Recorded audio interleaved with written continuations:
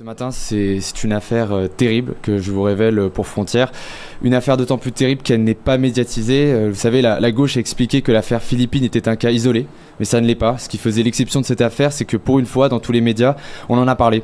Et aujourd'hui, je vais vous parler d'une histoire épouvantable où une jeune femme française a été violée pendant 1 heure à son domicile par un Marocain sous OQTF de 37 ans. Jules, tu vas revenir en détail sur cette affaire.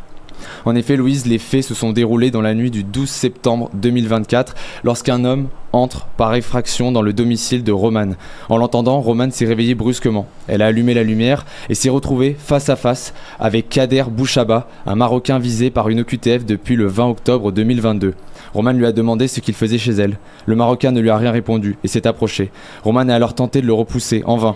Sans pitié, l'homme l'a déshabillé, lui a intimé l'ordre de se taire, puis l'a plaqué brutalement sur le lit. Un couteau glissé au-dessus de sa poitrine lui a fait comprendre qu'il n'hésiterait pas à la tuer si elle bougeait. Pendant 1 heure interminable, Kader Bouchaba, Marocain sous OQTF, a violé Romane en la saisissant par les cheveux.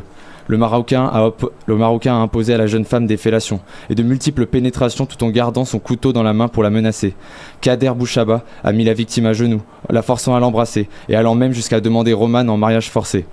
Le cauchemar prendra fin lorsque Kader, avant de quitter l'habitation, demande de l'argent et vole l'ordinateur ainsi que le téléphone de la victime. « Ne préviens pas la police ou je reviendrai », dit-il à Romane en partant. Kader Bouchaba sera interpellé sur mandat de recherche et placé en garde à vue le 30 septembre 2024. Le Marocain conteste les faits, mais sera placé en détention provisoire le 2 octobre au vu des preuves accablantes de son implication, comme la présence de traces de sperme dans l'habitation de la victime. Je vous laisse qu'on en sait un peu plus sur le profil de l'agresseur. Oui, Louise, Kader Bouchaba est sous le coup d'une OQTF depuis le 20 octobre 2022. Après un refus d'obtempérer et une détention de stupéfiants, il a été placé au centre de rétention administrative de Coquelles le 15 juin 2023, avant d'être transféré vers les Pays-Bas le 26 juin 2023, conformément à la procédure Dublin, son premier pays de destination en Europe où il avait initialement déposé une demande d'asile. Toutefois, en l'absence de contrôle aux frontières, l'individu est revenu en France. Le 28 juin 2023, il a été condamné à 3 mois de prison avec sursis par le tribunal judiciaire de Paris pour des faits de vol. Par ailleurs, un mandat de recherche avait été émis à son encontre par le parquet de Versailles le 14 septembre 2023 dans le cadre d'une enquête pour vol. C'est à la suite du viol sur Romane à Amiens qu'il sera interpellé sur mandat de recherche et placé en garde à vue le 30 septembre 2024.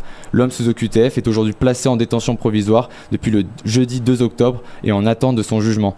On espère une peine très ferme de la justice, qu'un juge ne viendra pas libérer notre individu avant sa sortie, que l'OQTF sera appliqué lorsque la peine sera terminée et que celui-ci ne sera plus en mesure de revenir sur notre territoire. Et pour l'instant, rien n'est en place politiquement pour que cela advienne et de nouvelles affaires philippines ou romanes sont déjà à prévoir. Merci Jules Laurent.